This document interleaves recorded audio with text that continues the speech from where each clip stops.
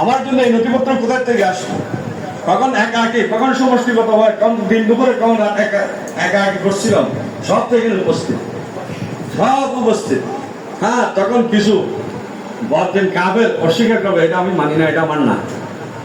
তোমার নামে আমার ফেরেশতা লিখছে না, ওরা আপনার ফেরেশতা আমার থেকে 10 নিচে নেই, আমার সাক্ষী কি? হয়তো তুমি কেমনে মানবা? ওরা আমার অঙ্গ প্রত্যঙ্গ বললে, তা মনে করছো অঙ্গ প্রত্যঙ্গের পাপ, এটা তো কিছুদিনের জন্য আমানত দিচ্ছে, আসল মালিক তো কে? আল্লাহ।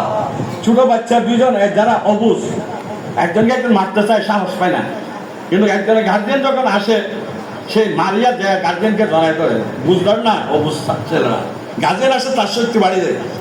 এখন আপনার কাছে আমার এগুলো আছে অঙ্গ, এখন আপনার সাথে বলার সেই শক্তি নেই, তখন তার মালিকের কাছে যখন চলে যাবে, তখন আপনার পক্ষে বলবেন আমানত চন্দ্র জামাজ দরহাতে কদমালকে আর সেই খোদা। তখন আল্লাহ বলবেন তুমি কি কেমনে মানবা? আমার অঙ্গ প্রত্যঙ্গ বললে আল-ইয়াওমা নাখতিমু আলা আফওয়াহিহিম ওয়া তুকাল্লিমুনা আইদিহিম ওয়া তাশহাদু আরজুলুহুম বিমা কানু ইয়াকসিবুন।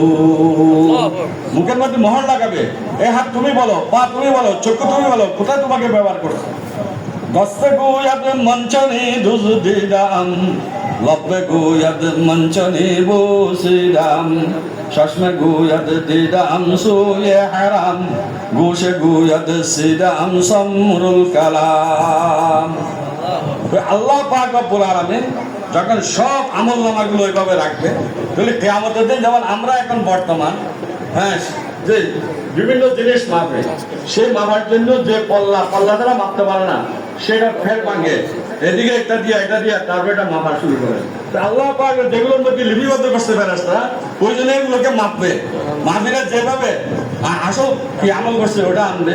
তাহলে আল্লাহ যেভাবে প্রথম বলা হয়েছে, এটা তো আমার সাথে সাথে এইটাকে আমরা মাল যেভাবে আমরা দেখি, আবার যেমন জওয়াহের, এগুলোর দিকে যদি আমরা না, একটা মাল হিসেবে আল্লাহ চাইলে মাপতে পারে।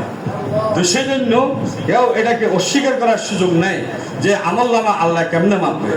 আমলনামা অবশ্যই আল্লাহ যেমনে চায় বান্দার আমলনামা মাপতে পারবে।